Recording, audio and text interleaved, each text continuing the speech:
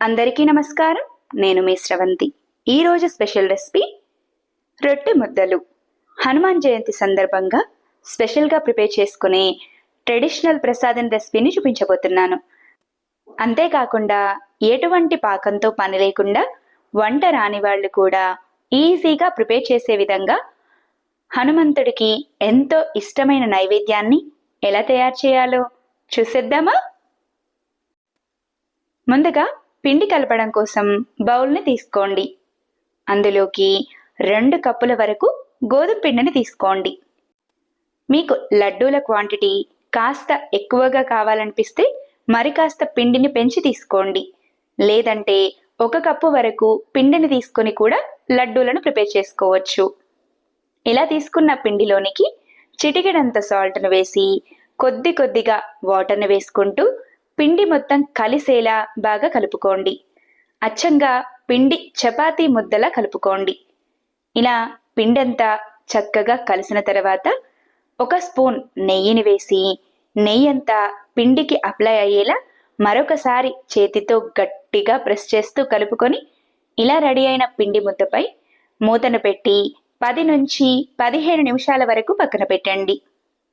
ఇలా పిండి చక్కగా నానడం ద్వారా చపాతీలు సాఫ్ట్గా వస్తాయి. పిండి చక్కగా నానిన తర్వాత చపాతీలను ప్రిపేర్ చేయడం కోసం చపాతీ పీటను తీసుకోండి. ముందుగా కలిపి పెట్టుకున్న పిండిని మరొకసారి చేతితో గట్టిగా ప్రెస్ చేస్తూ బాగా కలుపుకొని కొద్ది కొద్దిగా పిండిని చేతిలోకి తీసుకుంటూ చిన్న చిన్న ఉండల్లా చేతితో రౌండ్గా తిప్పుతూ రోల్ చేసుకుంటూ చపాతీ ఉండల్లా ప్రిపేర్ చేసుకోండి. నేను తీసుకున్న పిండి క్వాంటిటీకి 5 వరకు చపాతీ ఉండలు వచ్చాయి. ఇలా తీసుకున్న చపాతీ ఉండలను పక్కన పెట్టేసి చపాతీలను ప్రిపేర్ చేయడం కోసం ప్లేట్లో కాస్త పొడి పిండిని వేసుకొని తీసుకోండి.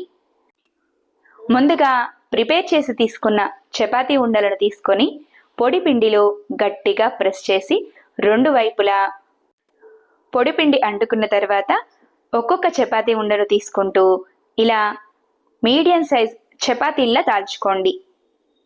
మనం సాధారణంగా ప్రిపేర్ చేసే చపాతీల అంత పలుచగా కాకుండా కాస్త మందంగా ఉండేలా రోటీలను ప్రిపేర్ చేసుకోండి.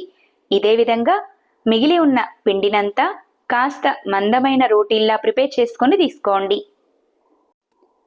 తర్వాత స్టవ్ వెలిగించి చపాతీ పెనాన్ని పెట్టి పాన్ హీట్ అయ్యేంత వరకు స్టవ్ని హై ఫ్లేమ్లో ఉంచి హీట్ చేయండి. ఇలా ప్రిపేర్ చేసుకున్న చపాతీలను కాల్చుకోవడం కోసం ఒక బౌల్లోనికి 1/2 కప్పు వరకు నెయ్యిని తీసుకోండి. మీ ఇష్టాన్ని బట్టి నూనెతో అయినా చపాతీలను కాల్చుకొని తీసుకోవచ్చు. కానీ చపాతీలతో లడ్డూలను ప్రిపేర్ చేస్తున్నాము కాబట్టి నెయ్యితో కాల్చి తీసుకుంటేనే లడ్డూ టేస్ట్ మరి కాస్త పెరుగుతుంది. ఇలా తీసుకున్న చపాతీలపై 1 స్పూన్ నెయ్యిని వేసుకుంటూ 2 వైపులా టర్న్ చేసుకుంటూ మంచి గోల్డెన్ కలర్ వచ్చేంత వరకు కాలనిచ్చి ప్లేట్లోకి తీసుకోండి. ఇదే పద్ధతిలో మిగతా చపాతీలను కూడా మంచి గోల్డెన్ కలర్ వచ్చేంత వరకు కాలనిచ్చి ప్లేట్లోనికి తీసుకోండి.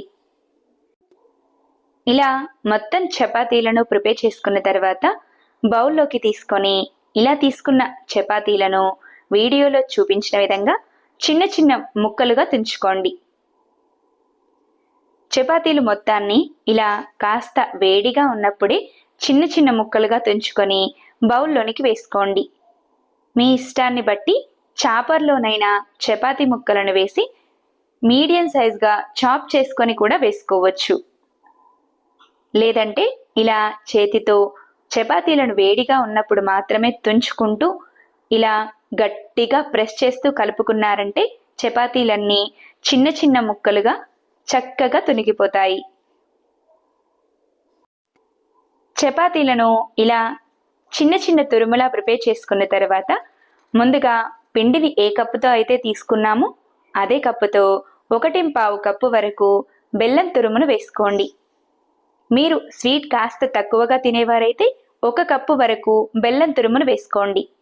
ఇలా బెల్లం తురుము వేసుకున్న తర్వాత మరొక 2 టేబుల్ స్పూన్ల వరకు నెయ్యి, లడ్డు మంచి ఫ్లేవర్ కోసం 4 కచ్చాపచ్చాగా దంచిన ఇలాచీలను వేసుకొని బెల్లం, చపాతీల తురుము కలిసేలా బాగా కలుపుకోండి.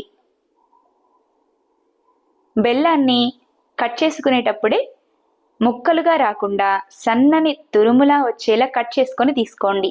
ఇలా అయితే లడ్డు మిశ్రమంలో చక్కగా కలిసిపోతుంది. బెల్లం ఇలా చక్కగా కలిసిన తర్వాత కొద్ది కొద్దిగా మిశ్రమాన్ని చేతిలోకి తీసుకుంటూ మీడియం సైజ్ లడ్డూల్లా చుట్టుకోండి. చపాతీల మిశ్రమంలో బెల్లం తురుము వేశాము కాబట్టి ఇలా కాస్త చేతితో గట్టిగా ప్రెస్ చేస్తేనే లడ్డు ఈజీగా రెడీ అయిపోతుంది. ఇదే విధంగా మిగిలి ఉన్న చపాతీ మిశ్రమం మొత్తాన్ని మీడియం సైజ్గా ఉన్న లడ్డూల్లా చుట్టుకొని ప్లేట్లోనికి తీసుకోండి. అంతే, సింపుల్గా ప్రిపేర్ చేసుకుని హనుమాన్కి ఎంతో ఇష్టమైన ప్రసాదం రెడీ. మరింకెందుకు ఆలస్యం, మీరు కూడా ఈ హనుమాన్ జయంతి రోజున తప్పకుండా ఈ ప్రసాదాన్ని ప్రిపేర్ చేసేయండి. నా వీడియో కనుక మీకు నచ్చినట్టయితే లైక్ చేయండి. ఇలాంటి మరెన్నో interesting, tasty, healthy, traditional recipes కోసం నా ఛానల్ని సబ్స్క్రైబ్ చేయండి. ఈ లడ్డూలను మీరు కూడా తప్పకుండా ట్రై చేసి ఎలా వచ్చాయో కామెంట్ చేయండి. Thanks for watching. Wait for new recipe.